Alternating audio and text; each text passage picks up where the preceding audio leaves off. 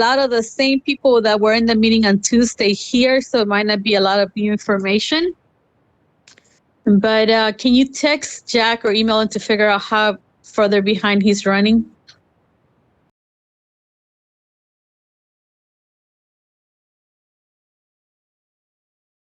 The conversation is a community meeting follow-up from our legislative session, also the in-person meeting we had earlier last year. As you guys can tell, the weather is not the best, so that was the reason why it was done virtually, and also because at the same time we wanted to make sure we took every single precaution as possible.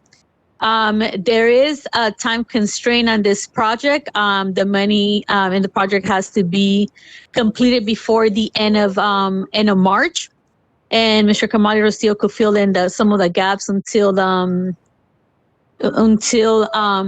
we have Jack. We also have here Councilmember Jared Stolfus as well from Ward 2. So that's kind of where we're at. Want to hear a bit of feedback from you guys. Please be aware that we're talking about the initial grant with Little Friends for Peace funding. That's what we're going to focus on tonight because that's the money that is constrained in time. All right, so Rocio or Mr. Kamali, anything else you guys would like to add? And also Jared, let me know as well, okay? Rocio, anything to add? Yes, good evening, everyone. Thank you for everyone that's joining in right now. Yes, so the community conversation tonight is going to be based on some feedback that we want to receive from the community in regards to the Spring Park. Jack Sullivan, who's been working with the city on, creating these plans for this Little Peace for Parks grant. He is going to be logging in the next few minutes. I just received response back from him. He apologizes for the delay. So he will be logging in, basically going over the drawings, and then receive any feedback back from the community, mayor and council. Thank you, Rocio. Mr. Kamali, anything else to add as we're waiting for Jack to join us? No, hello everybody. Can you hear me, Mayor? Yes, we can, Mr. Kamali. All right. As you mentioned, we are trying to finalize this project tonight, hopefully by getting more feedback from the community, and I hope that we can, finalize it because time is of the essence, and we need to do this project by end of March. Otherwise, we're going to lose the $50,000 grant from PG County. So hopefully we can make some, decision tonight, hopefully. That's perfect. Thank you, Mr. Kamali. And also see Luke has joined us, Councilmember Chesek, and also MJ as well from Little Friends for Peace. Jared, anything else to add? Hello, Jamie, as well. I just wanted to thank everyone for taking the time to come on tonight, especially in this freezing cold day. I fortunately wish we were warmer. We could be outside at the park itself, but it is what it is. But I am excited that we've this space in the 12 years I've been here. The 12 years I've been here has in a public space that hasn't been necessarily usable. And, we're looking forward to this discussion, which is going to, lead to the usage of better utilization, increased utilization of that park. And again, as Mr. Kamali and Rocio mentioned, as Selena, want to make sure that we get ourselves on a timeline that does not put the funding for this at risk. I know we're really at the end of our timeline, allowable timeline on being able to move forward with the existing funds. So thanks. Thank you, Jared. Also, hello, Shivali, as well. You're here. I know you led some of the effort to make sure this started happening. And just to be clear, this is an open meeting. There is the whole entire council is present along with myself. So we will be hearing from you guys. And that's going to be a lot of the extent because we do have Councilmember Stofis who just spoke, Councilmember Tarlo, and Councilmember Chesick with us, former Councilmember Shaw, and former Councilmember Brian Netler. So you have technically about 90% of both last councils present and past council together in the same call. Okay, so I see Jack has already joined. Jimmy and Luke, do you have anything else to add, or would you like me to proceed with opening up the floor and talking to Jack? No, I just want to. Sorry, go ahead, Jimmy. I just said it. Go ahead. I was Proceed. I have nothing to add. I'm here to listen. Yep. Thanks everyone for joining and all the work that's gone into this, from Shivali to MJ to Brian to Jack. Appreciate y'all. Thanks. Okay, perfect. So, Jack, thank you for joining us tonight. And Council, thank you for also being here so that we're hearing the whole information together. So is there any way we could make Jack a co-presenter so that way he could put any documents on screen when it comes to what the proposal drawings for the Spring Park look like? Melissa, please.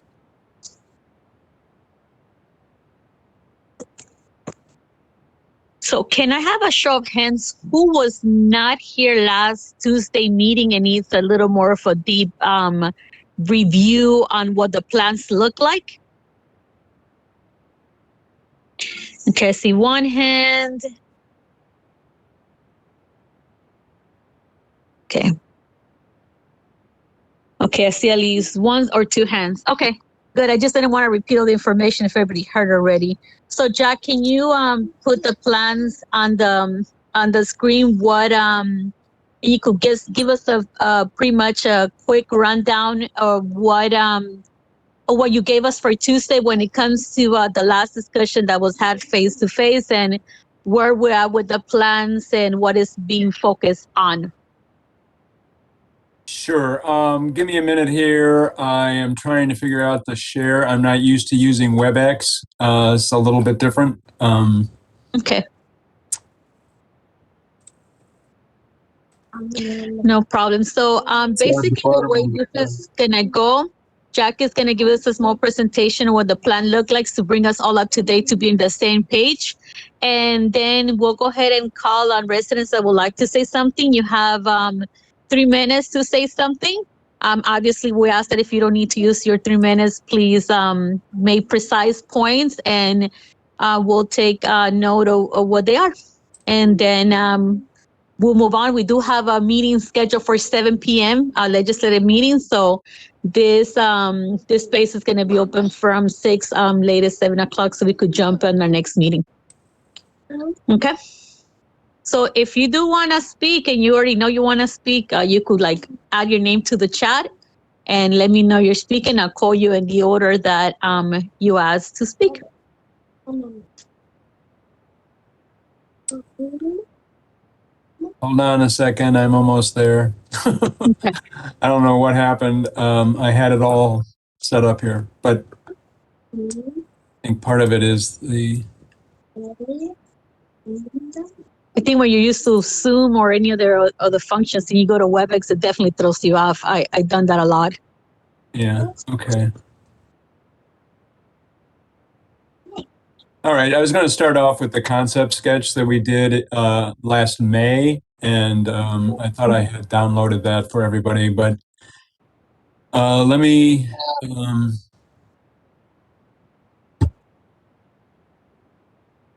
hoping this is the most recent. Are you seeing any drawings? Yeah, we are. Okay. So let me make those a little bit bigger so you can kind of get a better sense of what we're doing here. So I had a color sketch from the concept drawings that we presented last May, and I'm sorry, I can't seem to find that at the moment. But the idea was that we had a much more elaborate design that would incorporate more of the well, but last spring, we were asked to reduce the scope of the project and work within the $50,000 that had been granted to Friends, Little Friends for Peace. And so we focused our attention on the basically the pavement labyrinth and the circle of benches that you see located there at the more northern part of the site. We moved it away from the property to the east and then created just a simple pathway so that essentially it would allow you to kind of cut down a little bit to lower that path so that it became handicap accessible, gave a more of a distinctive entrance into the circle of benches, what we called a council ring, and then used the pattern, which essentially, I think it was noted last week or the week before Christmas that it's a relatively small area for a labyrinth. So it's not necessarily about the full physical ability to, you guys still hear me? I just lost something there. We can still hear you. Okay. So we really kind of relegated most of our work in terms of anything structural to that area to the north. And then the rest of the site was essentially planted in a way that would discourage a lot of movement throughout the site, give some screening to the neighbors to the south and to the west, and then create more of an open character, a lawn area along 33rd Street. So that's kind of the simple version of this. The set of drawings actually starts to identify some of that as existing conditions on the site, some basic layout of where this would be located in terms of dimensions, and I hope this is all available to everybody. If not, we can make it available to everybody if you would like. Very simple grading to reduce some of the ground elevation by about a foot and a half at the most, and then to kind of use the edges really for a much more detailed planting. One to kind of frame in around the backside of the circle, some screening as well to the neighbors, and then some screening here on the south end of the site as well. And screening for the neighbors. There's a little bit of ground cover planting around the well, and that was also to discourage some getting to the top of the well. And what came up last week was there isn't enough money currently in the $50,000 budget to really do justice to the well itself. So that'll have to come out of a different pool of money in order for that to work. And then the character of the benches. There are, some of the benches have backs on them, some have arms, but the reason why we have all of these multiple elements in the drawings is because each one of those becomes a different order in terms of the working with the manufacturer. Any questions? Okay, thank you, Jack. So that is, hold on one second. So there's a fair evaluation or read through of what the changes are or the additions have been or more detail.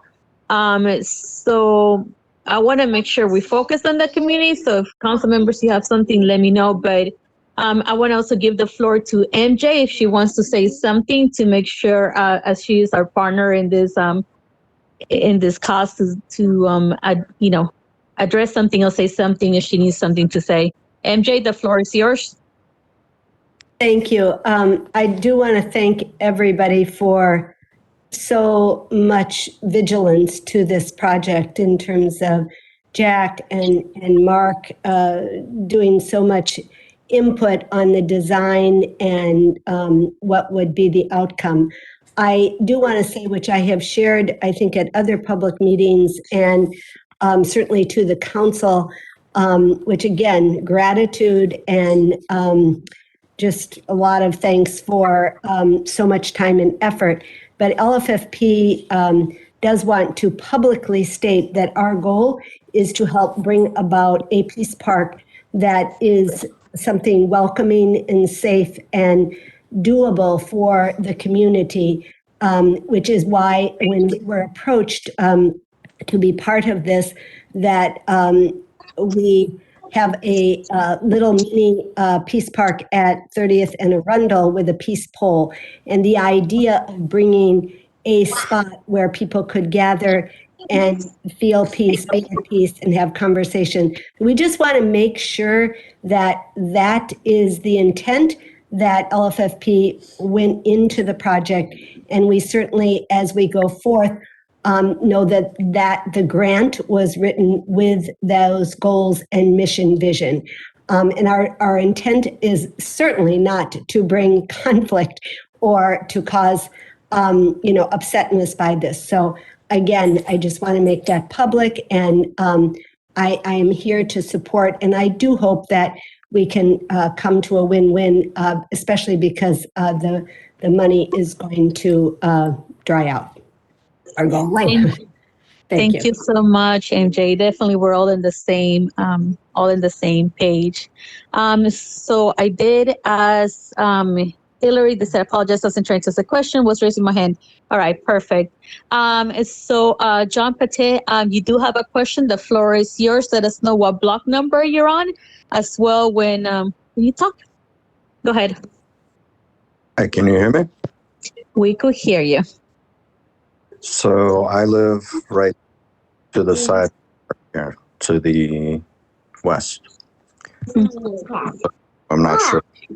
Shepherd and 33rd. Okay.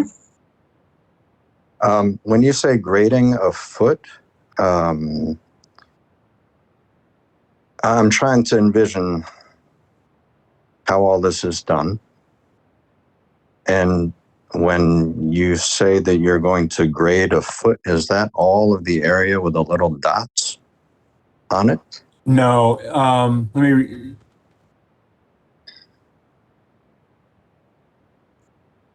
Go ahead, Jack.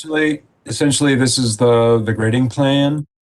There's an area where the circle of benches will go where you see this line kind of curve inward toward the hemlock. Basically, what we're doing is we're creating right at the drip line of the hemlock, kind of cutting down into there, creating a slightly steep area, and then leveling off with a much more gentle flow, so that the pavement can, the pavement will slightly dip toward that corner, the northeast corner, just enough to make sure that water doesn't pool on the paving area. So essentially, when you come in off of Shepherd, it's a little bit more of a rise than a wheelchair could handle without a handrail. So we wanted to make sure that it was handicap accessible. And so that drops the grade down approximately a foot in this area where the benches will go. So John, do you have a follow-up question? what do the dots signify on the previous map? Lawn. Okay. So that the dotted area is essentially a lawn area. Most of that is existing today, and we'll be reseeding that once we disturb some of that ground in the construction process. And then, sorry, go ahead. no, I was just going to say that where you see this more definitive line, those are planting beds. with ground cover and shrubs. How deep is this paved spiral going to go into the ground? I missed something there. How deep is this pavement spiral going to go into the ground? In other words, there are ancient old trees there with root systems.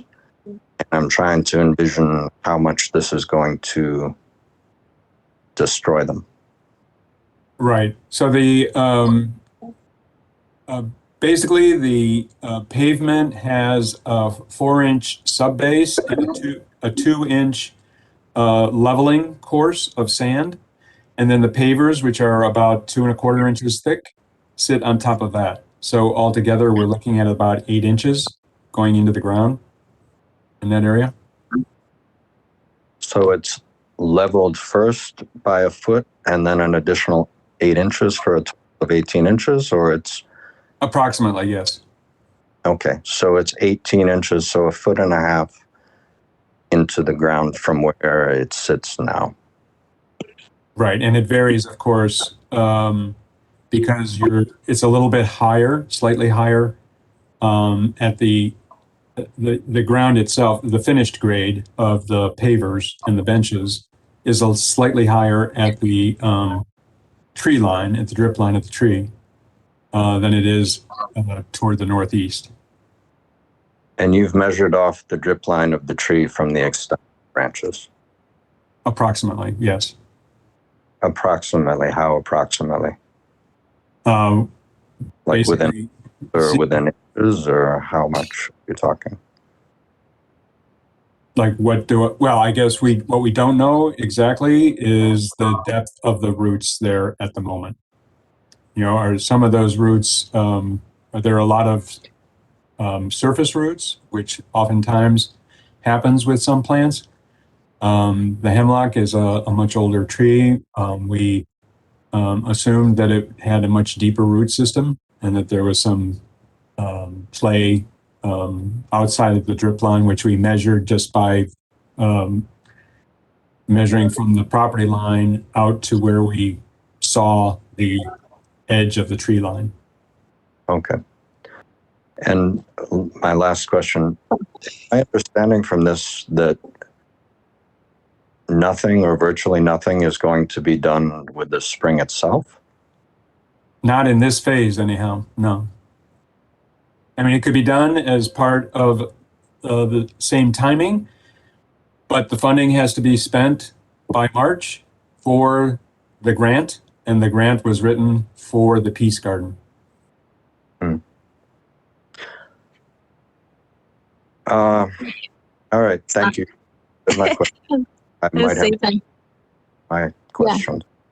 If you guys have questions, we could do a second round after everybody that hasn't spoken goes first, so that we respect everybody that's here.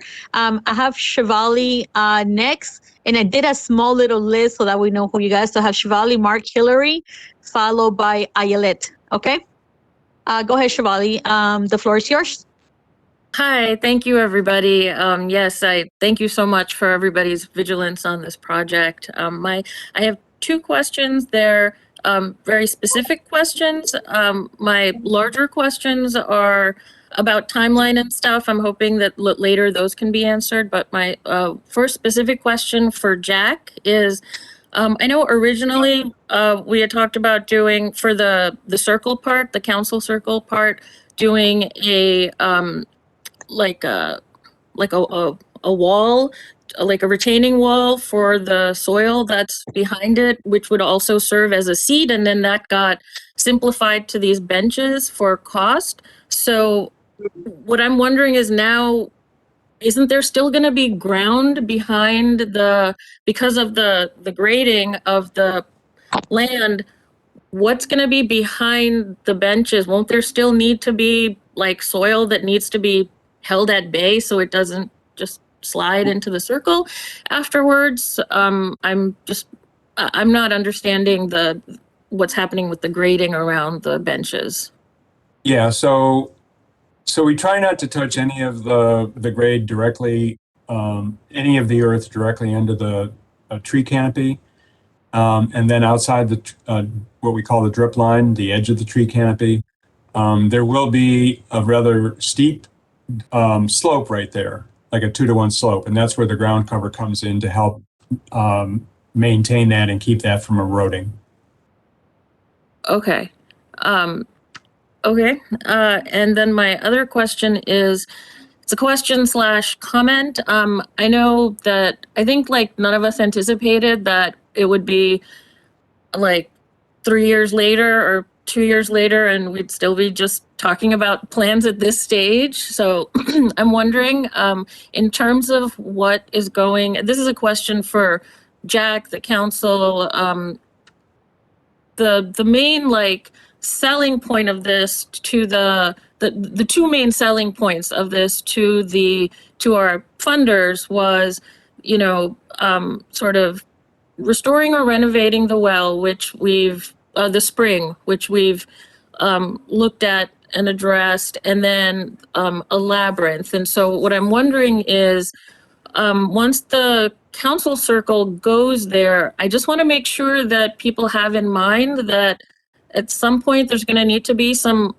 kind of artwork or something that actually creates a labyrinth, that it can't just be like bricks or some, you know, like permeable surface that's just blank. I just want to make sure that, you know, whatever surface is put there can accommodate whatever kind of artwork is going on top of it. And I just want to know if like conversations about that have happened either with the Arts Commission or among the council members.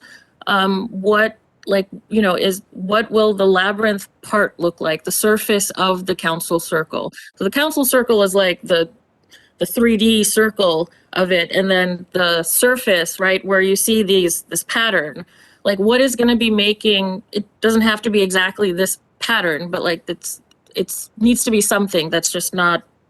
Can you see this drawing that I just put up?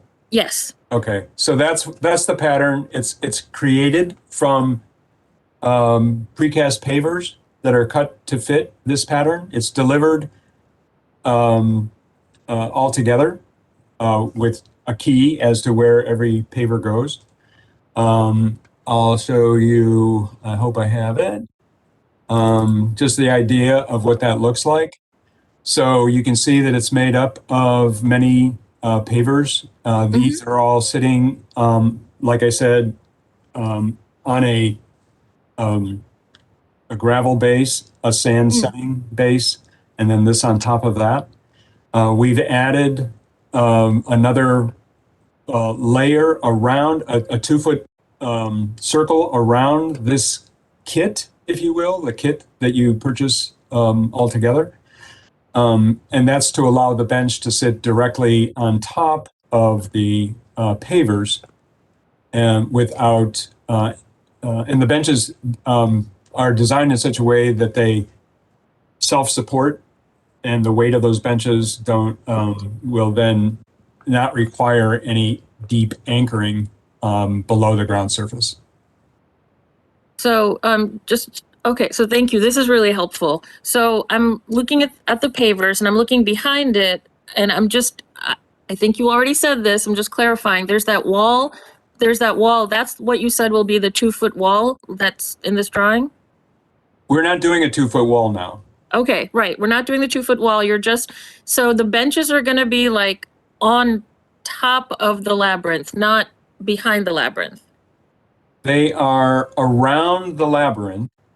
Okay, so not on top of the labyrinth. Not really, no, because Okay. the pattern of the labyrinth is not covered with the bench at any point. Okay, that's good to hear. Okay, those were my questions. And then later, if somebody could address timeline, I would, or, you know, I don't need to know that now, but if somebody has that answer now, that would be great. But just what you guys are thinking about in terms of timeline, and that's my last question. Thank you. Thank you, Shivali. Mr. Kamali, can you answer that question when it comes to timeline? Sure, we'll do that. Okay. So I'll go through do you want to answer right now? Or you want to wait until the last question to answer anything that might be addressed to you, Mr. Kamali? Yeah, just wait until the end. Okay. You asking me? Yeah. Okay. Okay. So we'll work after Ayelet, if they have any other questions directly to you, you can answer all those questions. Okay. Yeah, that's fine. Okay. So Mark, the floor is yours, followed by Hillary. Go ahead, Mark. And if you're speaking, you're muted. We cannot hear you.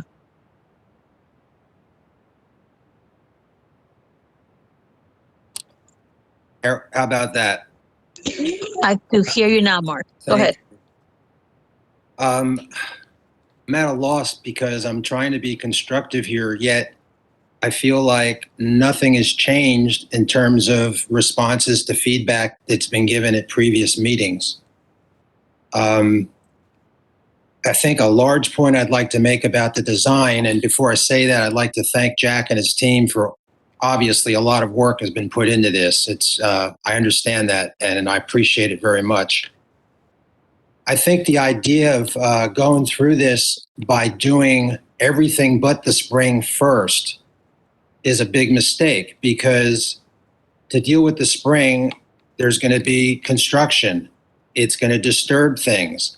There may even be plumbing work that goes from where the spring is currently located all the way towards the corner of Shepherd and 33rd. So my thought is the spring would come first.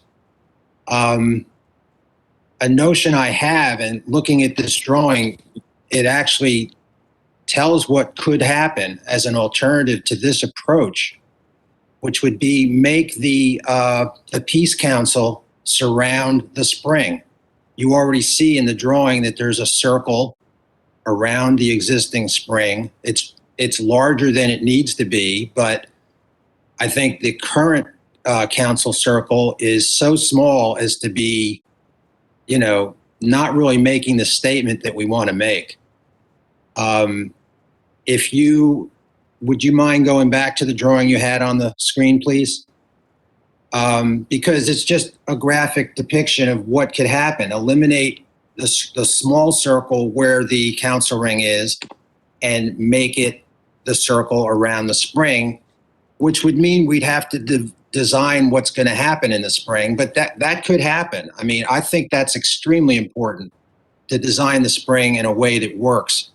And if you think about, often a water source is the center or part of an area where people sit, contemplate, talk with each other. So I wonder if that could be considered. I'm going to try to be quicker than I have been. Another question has come up in the past. I brought it up at the last meeting, the notion of additional funds to be taken from, what was it, the $5 million grant that we were granted. I wonder if the council has had any discussion about using any of that money on the park, because the way we could work this is spend the $50,000 in the next 3 months on the spring, and then use the additional money that could be awarded to this project from that $5 million grant to finish out the project later.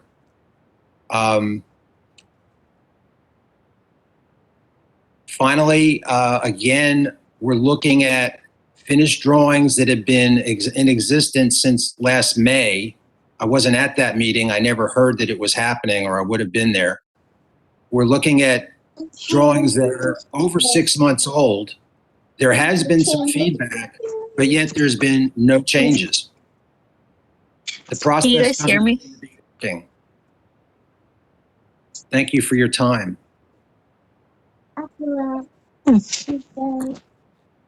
I'd just like to comment that the concept sketch that was presented in May and approved by the City Council was basically a diagram. It was not the drawings that you see right here, because the drawings you see right here elaborated on that concept in order to make it a set of drawings that could be sent out for bid, and also a cost estimate could be developed from this. The reason why I had shown this image here was to indicate that the steepness of the site around the well is such that it would be more disruptive to try to create to put a bench around that site, because it's quite a bit of a grade change. As you can see, there's 1, 2, 3, 4, 5, 6, 7 feet grade difference. And the closer those lines are to each other, the steeper the situation. So one of the more level areas was this area where we've located the bench and the labyrinth. As far as and this is a question I have for Shivali, because I may have misunderstood. I didn't know that or at least it wasn't clear to me that the grant included the improvements to the well. I thought the grant only supported the idea of creating a peace garden. And That's right. that they're essentially $50,000 is not enough money to cover both a simple council ring and paving service. Mayor, could I jump in real quick that it might help some context?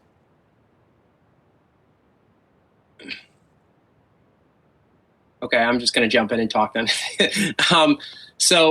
Just to give everybody some context. So when I think Shivali and MJ went and wrote this grant, and Shivali can correct me if I'm wrong, that Labyrinth was a part of it. So you can't spend $50,000 in a way that's different than how you applied for the grant and how you were awarded the grant money. So you can't say, oh, grantee, never mind my application for the grant, we're going to do something different. That's just not something that we can do with that money. We would not be awarded the money that it wouldn't align to the grant application at hand. And so I think that's one of the reasons why when Brian took over this project, and Brian can correct me if I'm wrong, why he went back to Jack to make sure the design incorporated that labyrinth and that peace element to it, because of that, to make sure that it aligned with what the grant application was for. But Brian or Shivali can correct me. Please chime in if I'm wrong on that. And then speaking in general about the design, I think, Mark, you're absolutely right in that it would be amazing if we could do a complete restoration of the spring and make it beautiful. I share that vision with you, and I think a lot of people do. That is not that's not a 6-month project. That's not a 1-year project. That's not a 2-year project. I mean, that is a long, long project. You have to get people who can come in and do the design. You have to get probably hydrologists. You have to get engineers. All that stuff takes time. And then you've got to take all that. So let's say that takes a year and a half, 2 years. And the only reason I can speak to this is because working with Jack on the whole Memorial Park project and the whole street design is then once you get that, then you have a story. Then you can go to your grantees and you can say, this is our story. Then you've got to get the city to pony up funding. And when you start dealing with that stormwater infrastructure, costs get up into the hundreds of thousands of dollars pretty quickly. And so then you've got to find a way for the city to allocate funding as maybe a matching fund. And then that's year 2. And then maybe year 3, you're seeing implementation. So you could say, well, everything that we've done, whatever it's sunk cost, don't worry about it. Let's go the big vision. And that's one argument. I think what folks are trying to do here is trying to make sure we don't use the grant money. We stay honest with the grantee about when we applied for it, and stay true to that is kind of the word I was looking for. And then balance the need of, some folks wanted something bigger, and then other folks more near the park did not want to go the big route.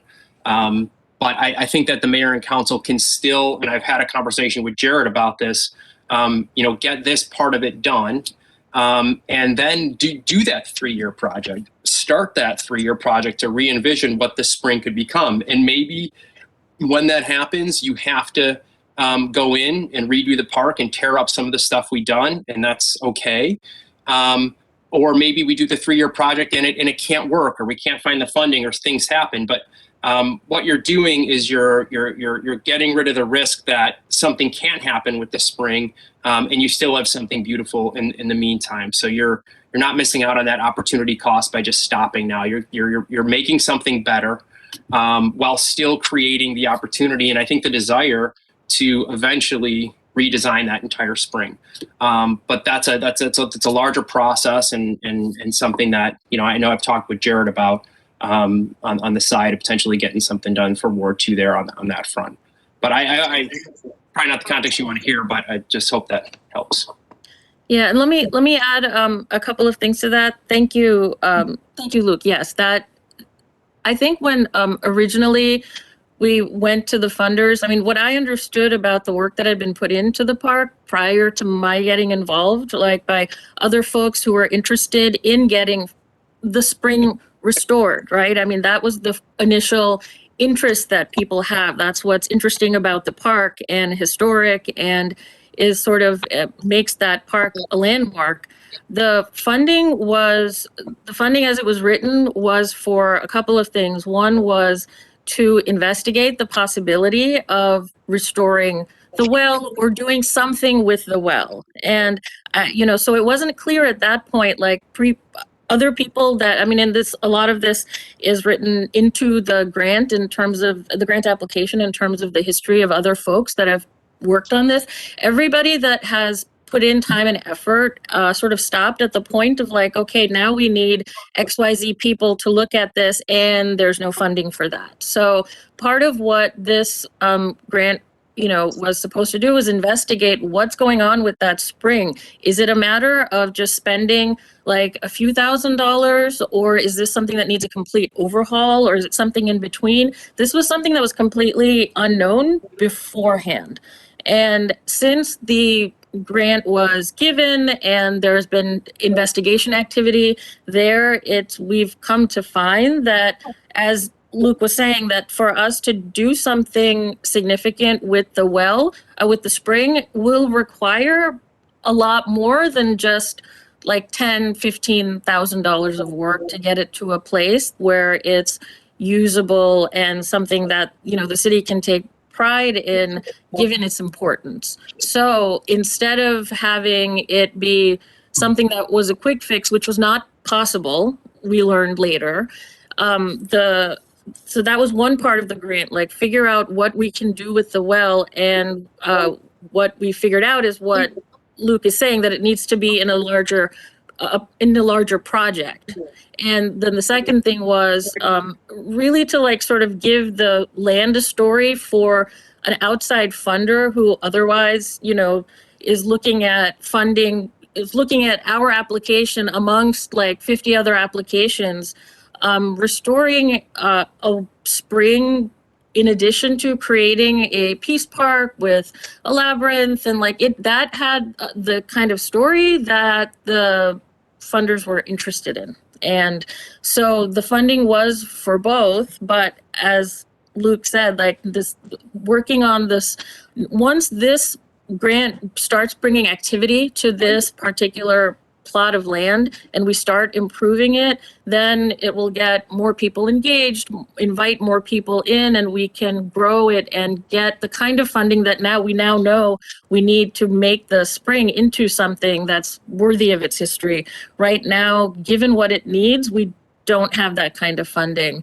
And so I'm hoping, like Luke is, that this will be part of this project that we're doing right now will be part of a longer strategy to bring this park into, the 21st century while honoring its history from 50, 60, 80, 90 years ago. So thank you both, Luke and Shivali, for that information. I think it's definitely key to know that, efforts had been made, and now we have a lot more information than originally intended, and it's giving a better sense of what the project would look like if we want to go ahead and build. So like I emphasized at the beginning of the meeting, this is like to discuss the first part, the part of the funding that we could utilize at this point that's going to expire. That doesn't mean it's going to be the end all, like nothing else is going to be touched on this project, but is at this point just that portion of the money. So next on the list to speak, I had Hillary. Hillary, the floor is yours. Thank you, Mayor Benitez, and thank you to the council also for holding this meeting. My name is Hillary Varga. My wife and I live on the 3300 block of Shepherd Street across from the park. I have a number of questions, and I think probably many that exceed the scope of this conversation, but initially, some thoughts and questions. Number one, you're talking about a 12-inch grading for this space, which feels pretty significant. And I'm wondering what the plans are to prevent very significant runoff to those of us who would be on the downward slope of the park, should there be extreme weather, which we should all expect. I know you said that the bench and the landscaping that's in that top right corner, if you're looking at the screen, would be landscaping, but is that something that's going to necessarily prevent things from going straight into our house and to others kind of downward from there?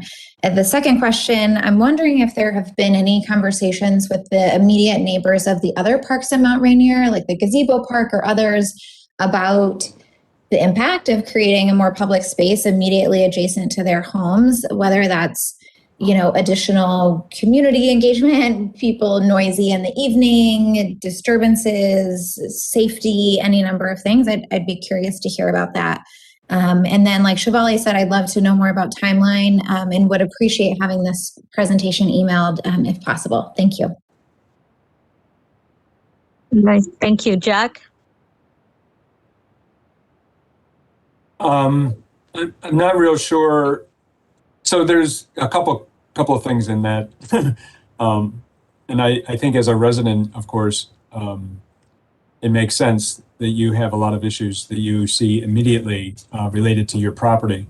When you say you're at Shepherd and 33rd, are you on the northeast corner or near the northeast corner?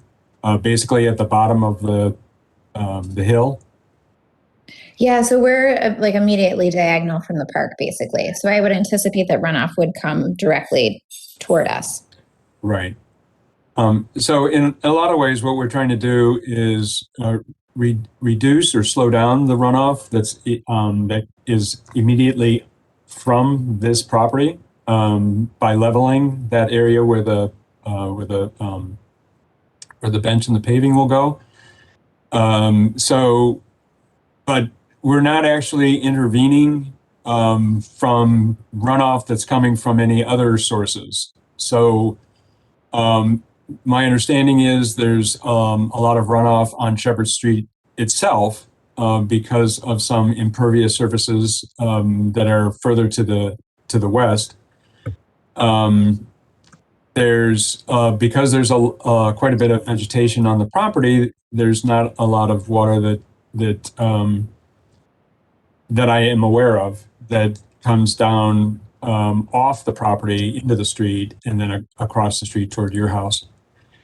The one issue that I have heard about, I haven't actually seen it, where the water in the well has filled up and then spilled out instead of being drained as it should be. I don't know if you can see my cursor. Can you see something moving on the plan right there?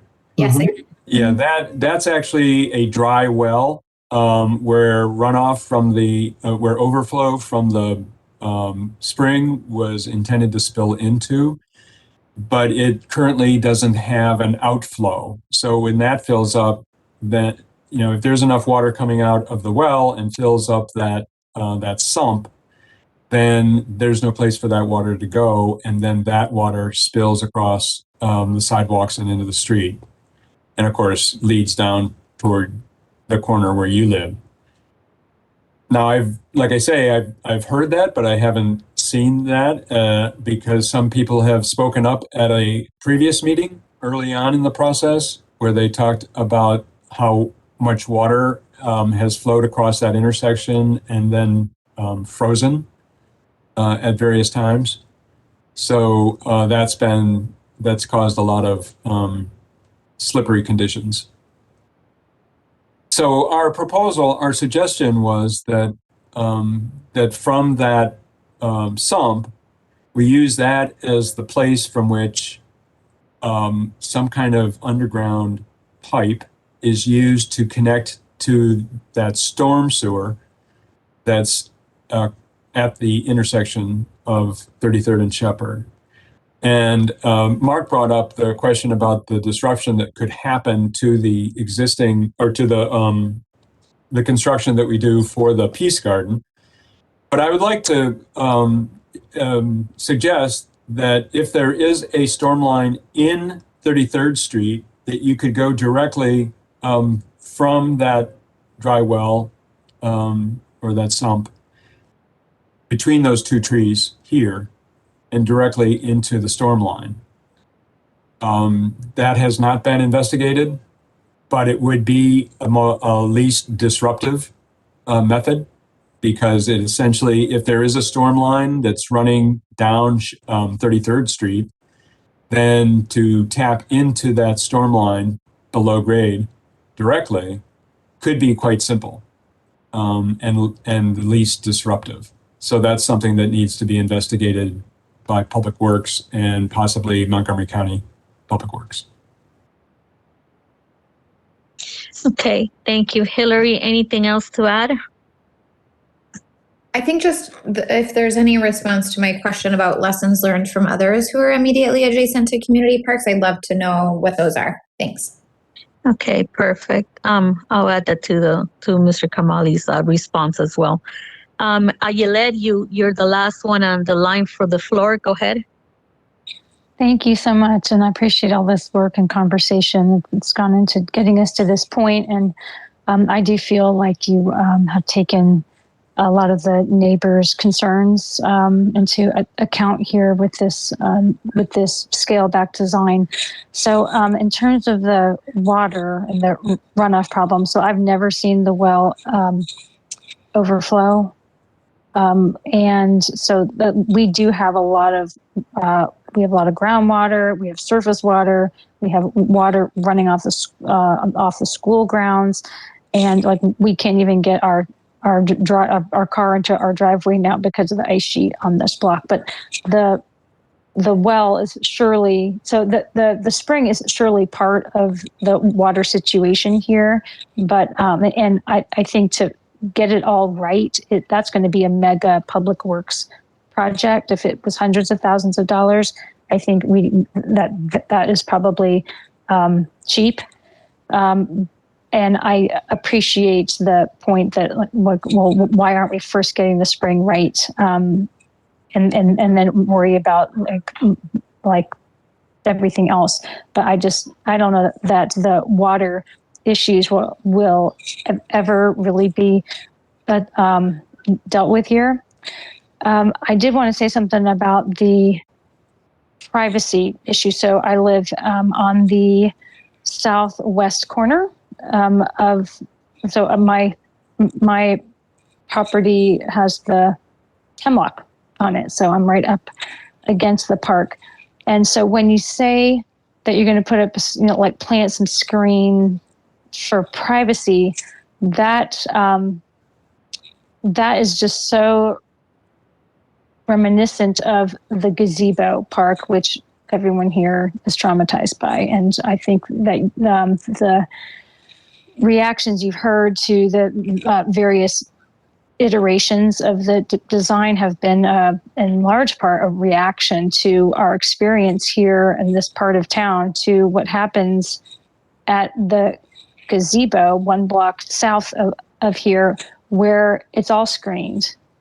And that means you find a lot of liquor bottles and cigarettes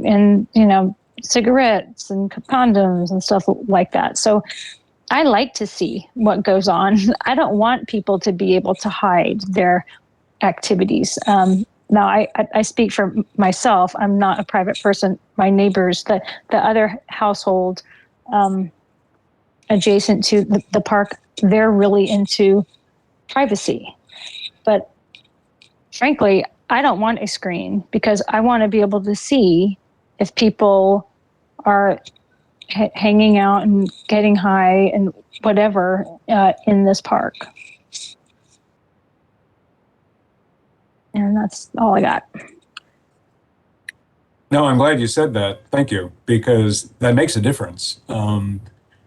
We don't intend to put in something that you really would prefer not to. We actually thought that it could be to your benefit, but if you see that as a detriment, I would still suggest that there might be some low plantings just to give some kind of frame to the bench and the labyrinth area. But I see your point, that perhaps you don't want to have it closed off. So that's a change that we could easily make. Thank you, Jack. So I have a few pending questions when it comes to timeline. Mr. Kamali might be able to answer those better, or Rocio, whichever of you guys who answer that question. We do have a few minutes before we have to jump into our regular meeting, but I definitely want to say thank you for being here.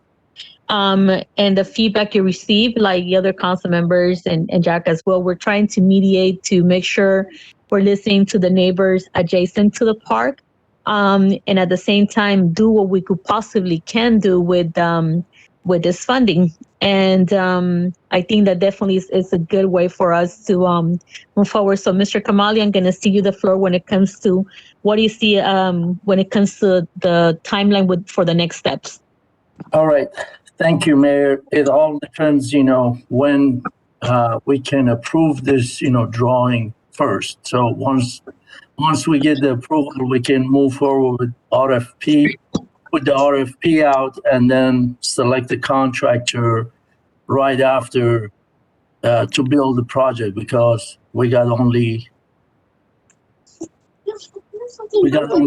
2.5, or maybe 3 months to get the project, done before the due date. So as long as we get the approval, we can move forward with RFP.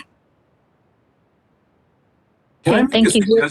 I'm sorry, can I speak up? Go ahead, Jack. I should probably ask, I'm sorry. But I had a suggestion. With the delays, first of all, with the cost of construction these days, which has skyrocketed in the last 12 months, but also the availability of contractors and the interest in contractors picking up projects that are relatively small in most good contractors' minds. And my biggest concern about this is the time it would take once the materials are ordered, how long they would take to arrive. So I was wondering, my question to Mr. Kamali and to Rocio is, could the city purchase the materials and then hire a contractor to install them? Meaning that the money would be spent, the materials would be available, at least the hard materials like the bench and the paving, without losing time or money. I mean, it means the savings there is that there wouldn't be a markup from the contractor in terms of the purchase of the materials, which there typically is, and sometimes it could be quite high. So I just wanted to throw that out. Okay.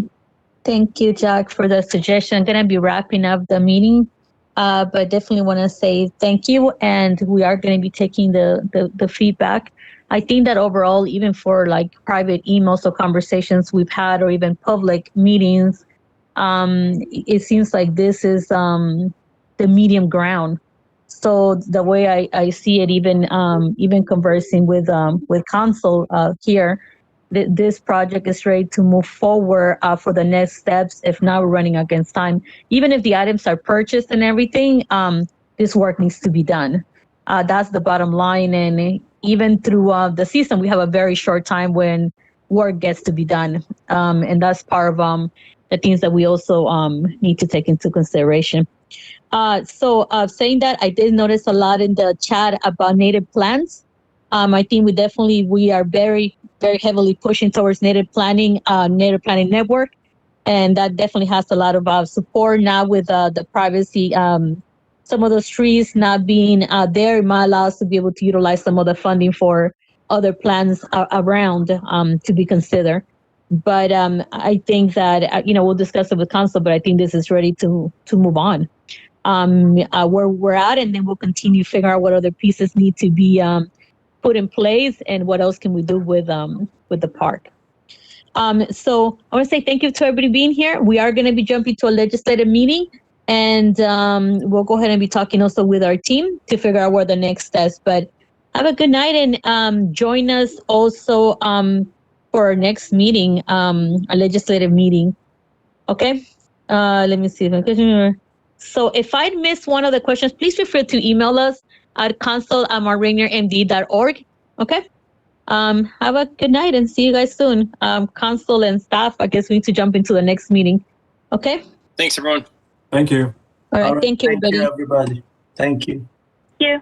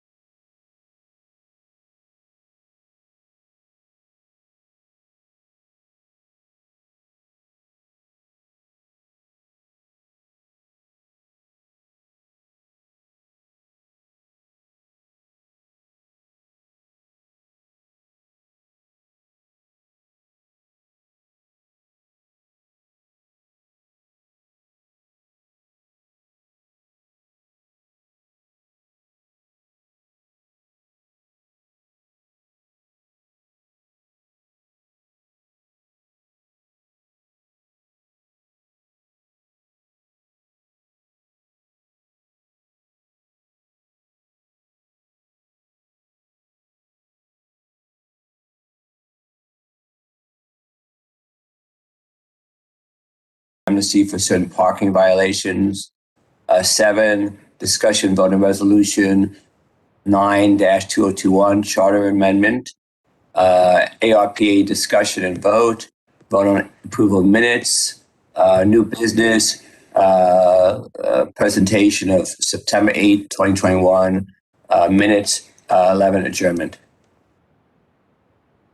Thank you so much, Jimmy. And can we add Spring Park to the agenda, please? Would that be amicable to everybody?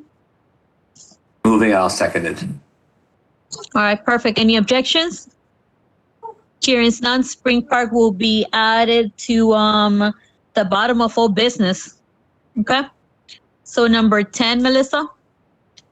All right. So you have heard a fair reading of the agenda by Vice Mayor Tarlow. Seeing that you read it, I would like to move on to the next item, Pledge Allegiance. We'll give Luke, you could lead the Pledge Allegiance this time around since I'm rotating you guys. Go ahead. All right. Don't have a flag. Oh, I do have a flag. Look at this. I have a flag on the collective bargaining agreement for the National Treasury Employees Union and the IRS, which is like what I do every day is these collective bargaining agreements. So I have a flag there. Okay. I pledge allegiance to the flag of the United States of America and to the republic for which it stands, one nation, under God, indivisible, with liberty and justice for all. Thank you so much, Luke. So you guys reviewed the agenda. You guys have approved the agenda. So we will jump to item number 3, Mayor and Council members event announcements. We will start with Jimmy, with Ward 1, Jimmy, Luke, and followed by Jared. Go ahead. No announcements. Thank you. Right. Luke. No announcements for me other than if you want to keep working on the Native Plant Network and working with the Sierra Club, let me know. That work happens once a month. So let me know if you're interested. Thanks. About how many households do we have right now, Luke? I think we have 26, but it might actually be 28 because I keep forgetting to include the Blue Park down there. And I know Jody's asked me to look into that one. So, but we have the signs are with Linda at H&W? Yep, H&W. And so we're waiting to get those, and then we'll the green team I think might have an event in the spring to kind of celebrate it. So looking good. Perfect. Yeah, definitely look at the Blue Park. That is, they just got an award recently for the native plant collection that they have there. All right. Awesome. Jared? No announcements. All right, so that leaves that leaves me. I thought you guys were gonna give me about a second. So the announcements are posted in our page. The city also share them because I'll give you guys the announcement at least for the next week. I've been trying to do a rundown of like the weekly information, so that would makes it easier. Our communications team does send a lot of information through the city outlets, which allows for us to be informed. So this is a good rundown. So I will start with the basic ones. Trash is scheduled to be there, pickup for tomorrow, recycle for Friday. Our great team of public works was very hard at work starting Sunday at 9 p.m. to remove all the snow from streets and alleys. And they're gonna they're still an emergency call in case something is needed, but they were working till like the end of the day today. So trash is tomorrow, and 90% of recycling was picked up from the city on Monday, but it was decided to move to Friday due to the fact that it just became too snowy, and we had to prioritize snow, and it wasn't safe for the trucks to be there anymore. Virtual schooling was suspended for yesterday and today, and is returning tomorrow. The notice was already sent out a few hours ago from Prince George's County public school system. Tomorrow, kids have virtual school once again. Let me see. Food distribution will take place this Thursday at 9 p.m. at 3301 Chillum in the city of Rainier. And let me see. Bunker Hill COVID testing should open up back again tomorrow. It was closed for Monday and Tuesday. And lastly, but not least, bulk pickup has been moved from today to January 10. So make sure you guys give a call to Public Works at 301-985-6550 or leave a message with Rocio to let them know for them to pick up your bulk pickup by January 10. If you do have Christmas trees, pickup will take place. Mr. Kamali, do you remember? It's the 8th or the 10th? No, I don't remember that, Mayor. I'm sorry. January 11th. I got it. Yeah, not April. So January 11, if you have a tree, please leave it out. No lights and no decorations. And our Public Works team will be able to pick it up. So a big thank you to them, Mr. Kamali, as well, for writing yesterday and making sure the city was in top shape, as well as today. Our chief of police as well was out there through the day, making sure that all the safety concerns were also addressed. So big thank you to both teams. Communications, thank you as well for keeping the city informed. So those are my announcements, and exciting to say that next Tuesday, the Rainier Manor board, tenant board will be seated, and I'll be swearing them in. So it's definitely exciting to see the new board. Usually they serve 2 to 3 years. So new board, new members, a combination between new members and former members. So we're excited to join them and celebrate with them the new term. Okay, so those are my announcements. If I think of anything else, we'll mention at the end. I would like to open the floor for public comment. And if you're a member of the public, please type in the chat that we'd like to say some words. You do have 3 minutes to speak. And we will listen to. So is there any member of the community in the chat or on Facebook that would like to speak? Melissa or Jared? No comments on Facebook. All right. And no comments on the chat. All right, public. Okay, we're going to be moving on to item number 5, Proclamation for Tree City USA Arbor Day Foundation. I will read the proclamation for Tree City. So this will be the 19th year that the city will be awarded a Tree City USA if we get selected, and everything aims that we will be selected. Part of the process includes officially proclaiming April 29 Arbor Day.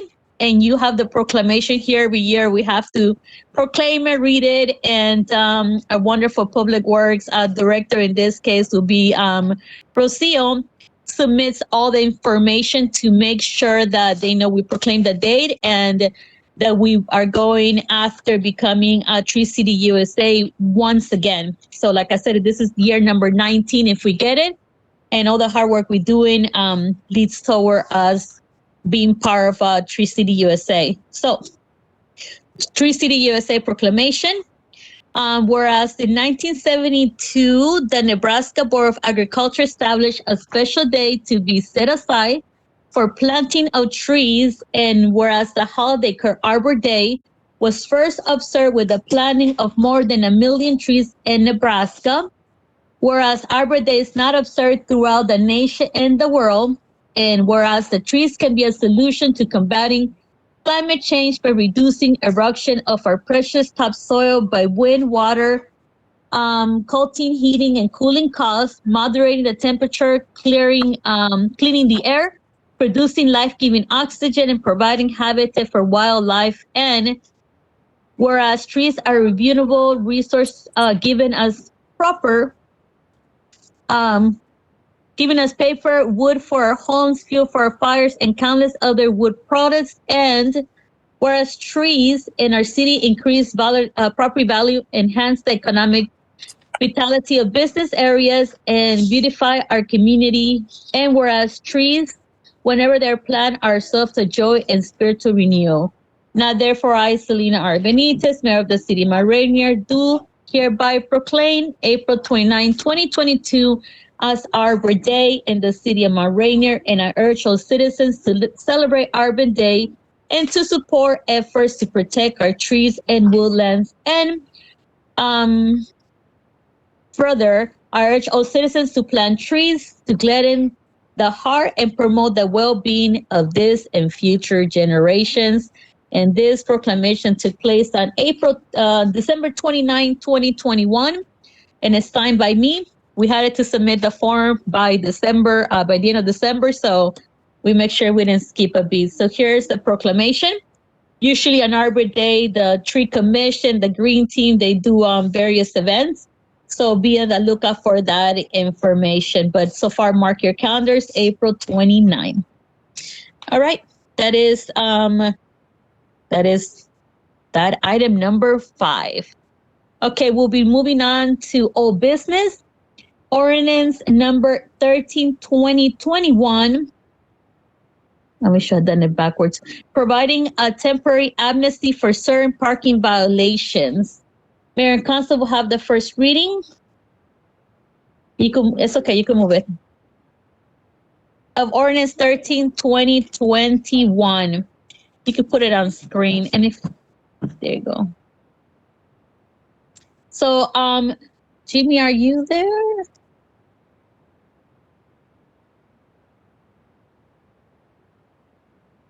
Okay, so one of you guys gonna have to read.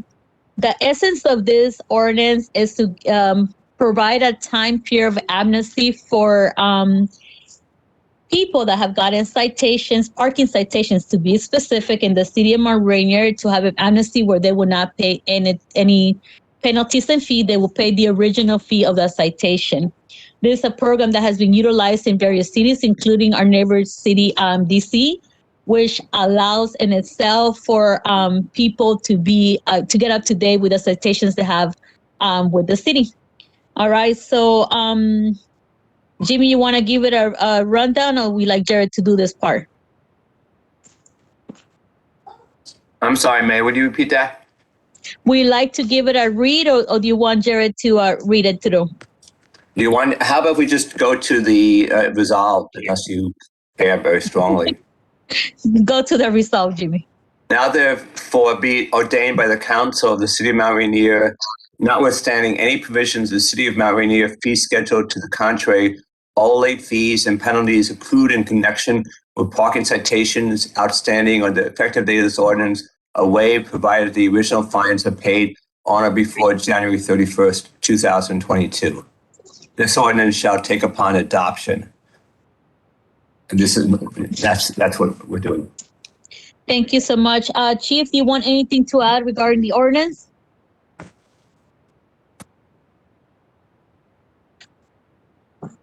I see you, Chief, but I don't hear you. Let me There you go. Okay, can you hear me now? The only thing good evening, Mayor, Council, City Manager. I'd like to add that we're looking at possibly 30, I believe a 60 to 90 day period of amnesty for this. Thank you, Chief. And to be specific, these are parking citations only. Is there anything else you'd like to describe, Chief? No, this is just for the parking citations, and we'll be looking at some other things as far as collection for the outstanding automated speed in the next few months. And that's like a different section. Okay, so I'm going to open up the floor to Council. Starting with Ward 2, Jared Stolfes, the floor is yours. Yeah, I mean, I don't want to repeat the comment. I don't want to just rehash what I said last time. I'm full support of this and its intent and its outcome. So thanks for folks for Selena for introducing this. Chief, I know you and I have chatted about this, and I appreciate your background and support and the intent of it. Thanks. Thank you, Jimmy, followed by Luke. Sounds good. Luke. Chief, thank you so much for all your work here. Appreciate it and support it. Thank you, Mayor. Okay, perfect. So this is the first reading. So if you guys have any questions, feedback, send emails, and it'll be ready to be approved shortly after. Okay. I do have a question. Go ahead. Just because of the date, the second reading won't be until February. So I'm not quite, did I read it right? This is only for January. So does it make, I misread it? I'm sorry. It's, we're looking into 60 to 90 days from adoption. So once we adopt it, that will cover that time Okay, period. So I mean, like if we have any meeting coming up, even I think it's like 7 to 14 days we need to wait because on it, but it should be ready for our read-through to be able to act upon it. Can you bring up the ordinance once more? Let me just look at the resolved. I'm sorry. Jimmy, you read this resolve. You see why you read the whole document? Well, that's why I'm saying the resolved.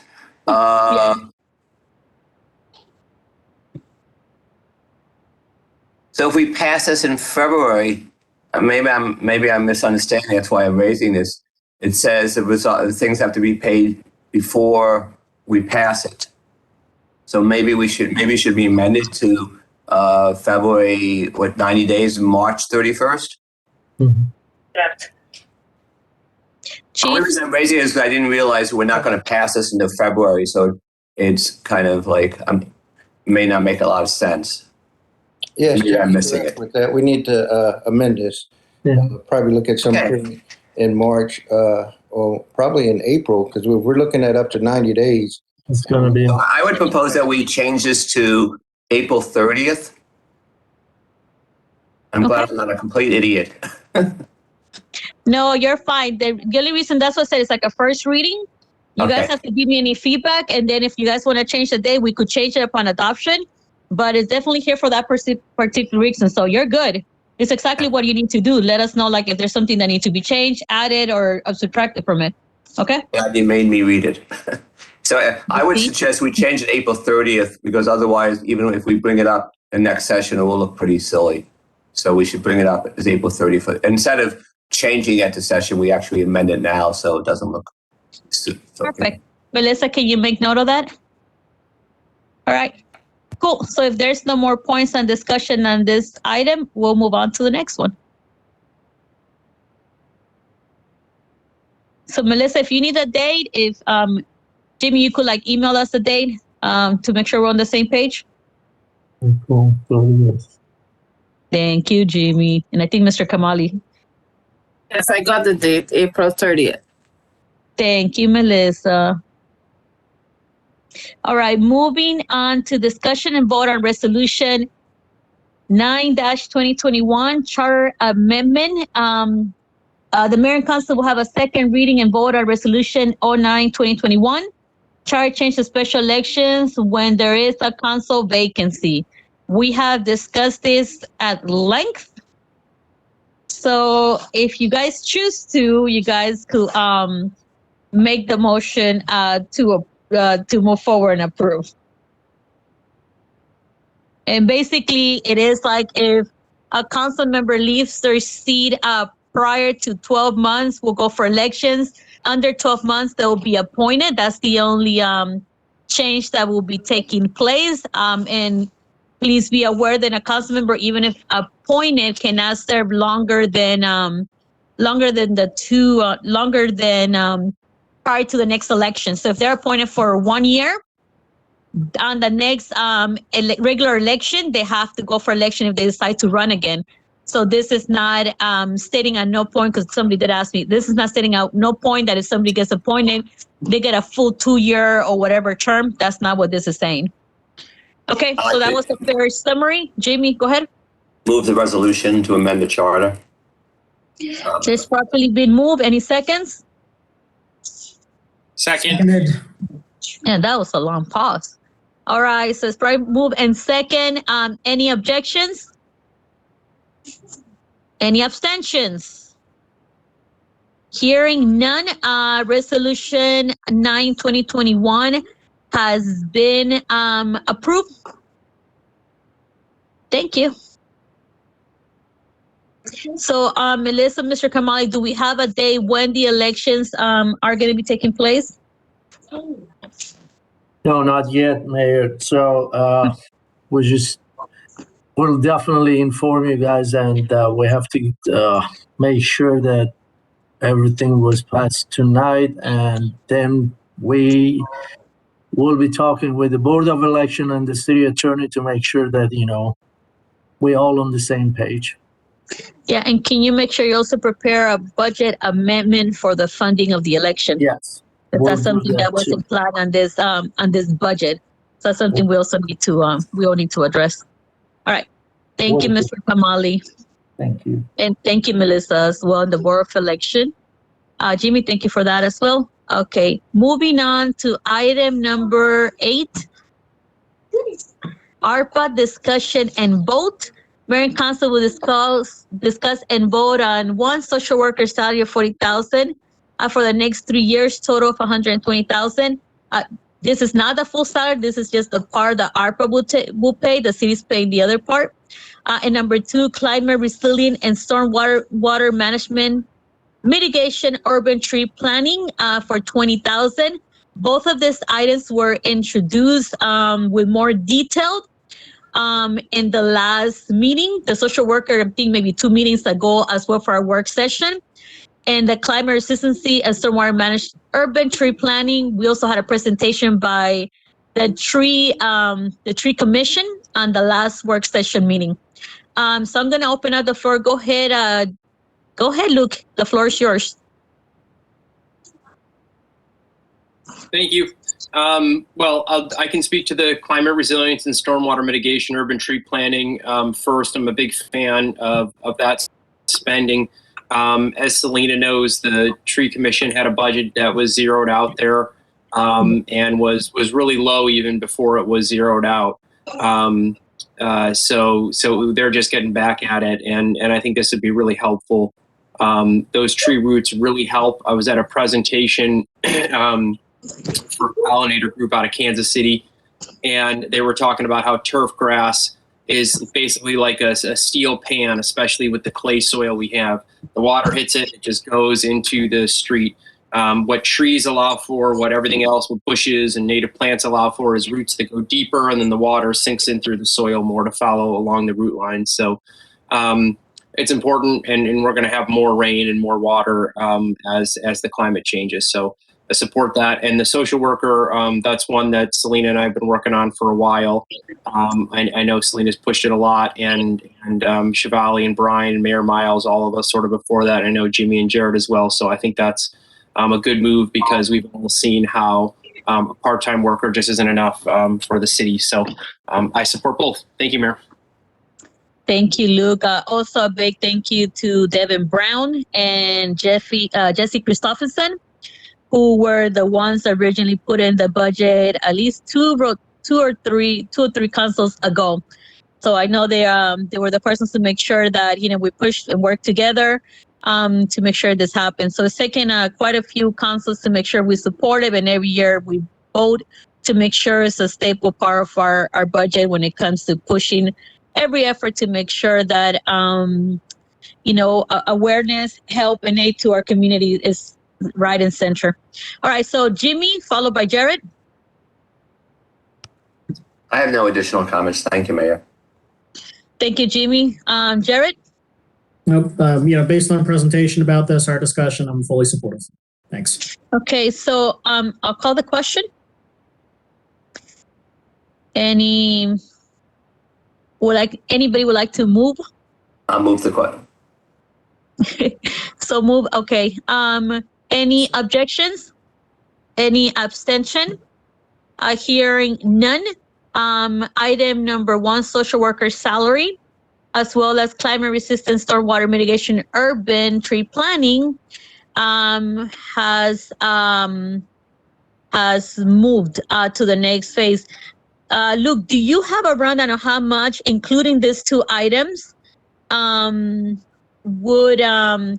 we're at when it comes to allocating ARPA funding?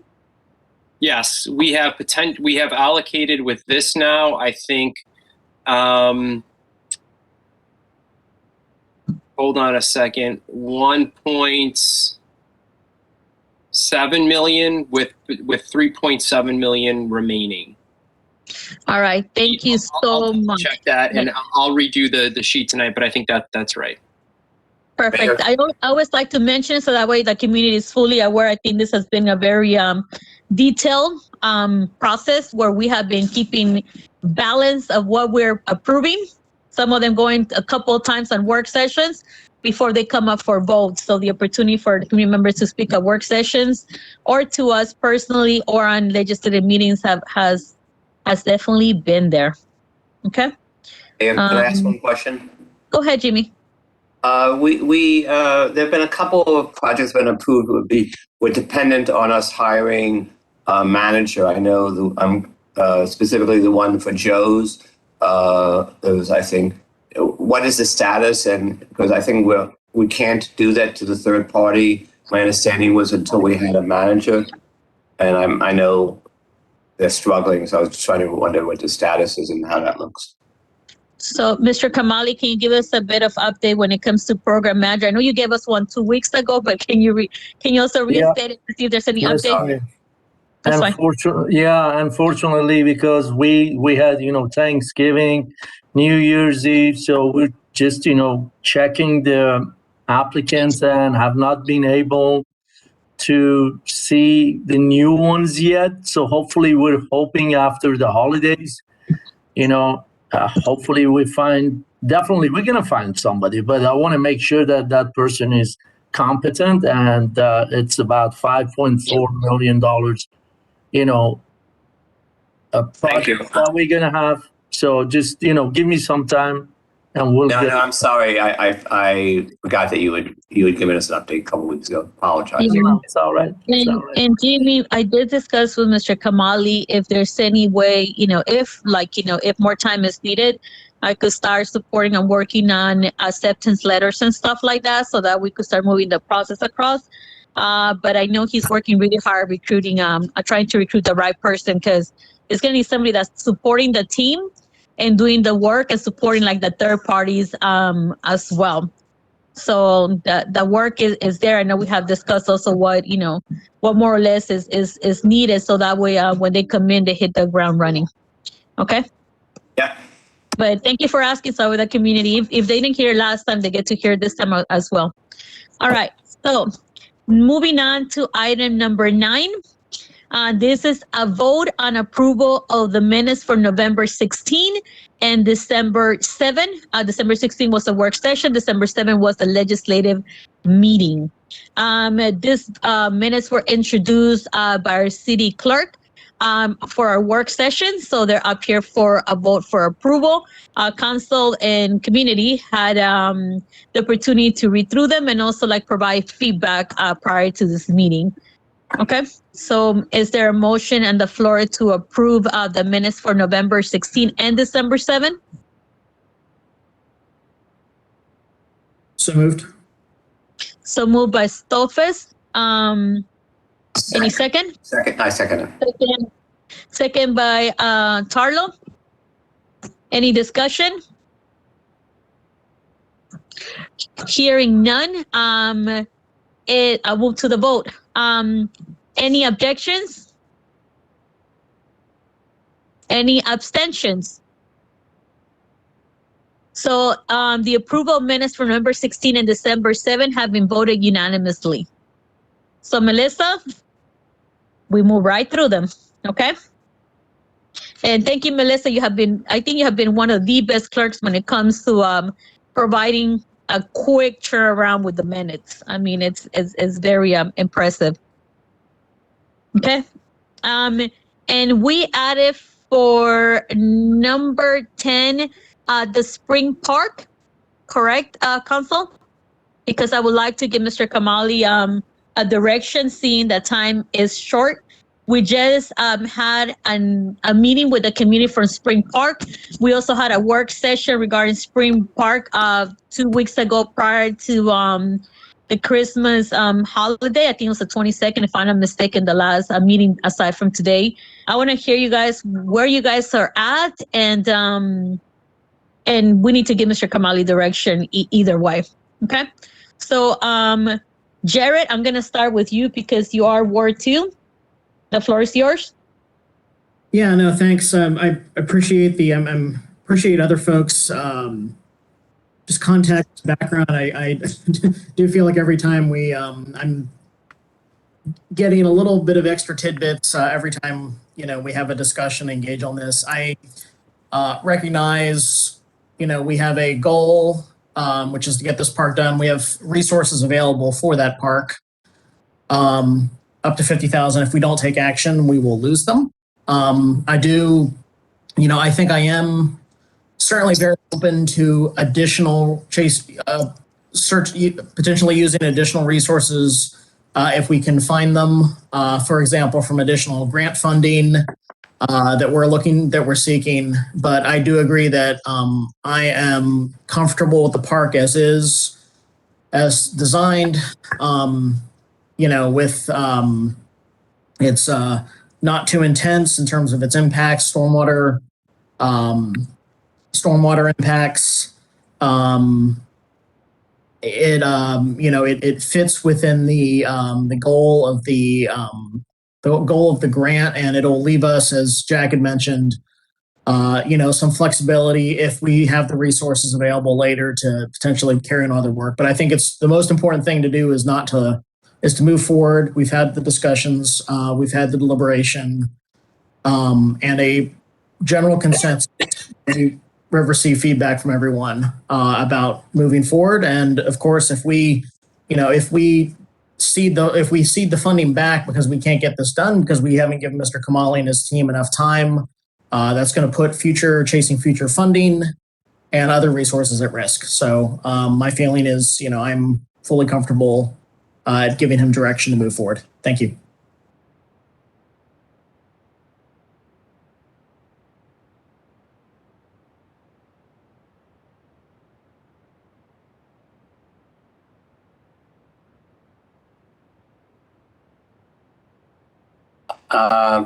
Mayor, you're muted.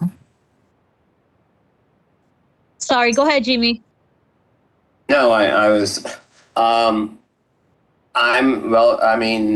both the mayor and Luke have been involved and Jared's been involved. I really haven't been involved in this, so I really respect my colleagues and will follow their opinion on this. I think it just was good that the community was able to give the input. You heard the input, and now as elected officials, I think you're all doing what you think is best. So I support what you're doing. Thank you, Jimmy. Thank you, Melissa. I hit the wrong button. Luke, the floor is yours. Thank you, Mayor. Yeah, I just really appreciate folks in the community coming out tonight. I know that there are, I know Mark has some strong feelings on the spring, and I really hear those. And I think everybody understands that, a bigger vision and restoring that spring would really be a great project. That's just going to take a lot of time and commitment from our end. And I hope we can do that. But I think at the end of the day, the design that we have really fits, I think what Chevali had originally proposed in getting the grant funding. And then B, I really think it balances, doing something big and yet not something too big that it disturbs kind of the peace that the neighbors have there. So I just, and I think you heard that from Ayelet's comments. And so, because I know she speaks for a lot of the neighbors there. So I think it's a good sort of middle path, and for the reasons everybody else said, we got to try and get it done here. So thanks, everyone. Thank you. And I think one thing to point out is that, Chevali said it pretty well when she said, part of it was to find information on what could potentially be done with the well, right? And this money allowed us to be able to provide some of that information to know it wasn't a quick fix, but it's actually a plan that's going to take a lot longer than that is expected, a lot more funding as well. This gives us a layout to at least do this first part with this money and look for the resources, as Jared also stated, that will allow for this to happen. With Memorial Park, I think Luke has learned a lot of valuable lessons that we all have learned as well. In creating parks, it sounds like an easy concept, but oh boy, aside from the funding, the planning, the permits, the you move one little rock and then you realize it's always longer and more expensive than you think. Exactly. So it has given us a front view. I know you've been driving the Memorial Park car. I've been there with you alongside, right? Oh boy, it's a lot. So definitely we knew it wasn't going to be a quick fix, but this will allow us to do the lab room, like we promised, as part of the grant to get it done. It sounds like there's a lot of native planting that will be going on as well. This is also very exciting. Some of the big trees from last 2 weeks, the sign that people saw, the adjacent neighbor felt like, they didn't need to do the big tree screening going on. So that was actually, I feel like, moving forward positive as well. So, Mr. Kamali, I will call for a vote. So you officially will hear the council saying, please move forward. Okay. So anything else to add, council, when it comes to this point? Please let me know, and I'll call upon you. Okay. Hearing that there's Jared. Make sure I'm word 2 is right there present. Yeah, I'm seeing you, Jared. So I'll go ahead and ask you guys to call to put a motion on the floor. Also move that if you choose to. Motion on the floor. Go ahead. I move that we move forward with the design as presented tonight on Spring Park for the city manager to execute the RFP and the construction. Thanks. Okay. There's a motion on the floor moved by Luke, second by Jared. Any discussion beyond that? Okay, anything on the chat or on Facebook? Nothing on Facebook. Melissa, and I see nothing on the chat as well. And we already got plenty of feedback. Okay, so any objections? Nope. Any no's? Apparently no, right? Seeing that there's no objections or anything else to say, Mr. Kamali, we are moving forward unanimously with the decision for you to move forward with the plans as presented. Okay? Thank you, Anything from us, Thank you, Mr. Kamali? Any questions for us further, Mr. Kamali, or we're good? No, we're good. We're good. I appreciate that. And I will get it done very soon, hopefully. No, and thank you. And I think one of the beautiful things about having a city manager, where you have also been public work department's director, is that this is not new to you. You've been involved in this project equally as all of us have. So it's a few years coming. This didn't just show up last year. It's been, but we need to now deliver it before we lose the funding. All right. Thank you. Thank you, everyone, for your efforts on this. And thank you, Jack, also, if you're hearing us somewhere in the University of Maryland world. Okay, so moving on to new business. Presentation of September 8, 2021 special legislative minutes. The Mayor and Council received the special legislative minutes for September 8 from our city clerk. Melissa, thank you so much for, as I mentioned before, moving very adequate when it comes to our minutes. Council, the minutes are part of your package. If you have any feedback, please submit it to Melissa before next Wednesday, so that way she could make any additions, submit it to the rest of the team, and have it ready for the next vote on the next voting legislative meeting. Okay. So can we move forward with that, Council? In agreement? Agree. Yes. Perfect. Yes. Jared? Yes, sorry, I nodded. I should have said yes to. I'm sorry. So Melissa, they'll be reaching out if they have something to change, add, or edit, okay? And thank you for being in top of this very well job.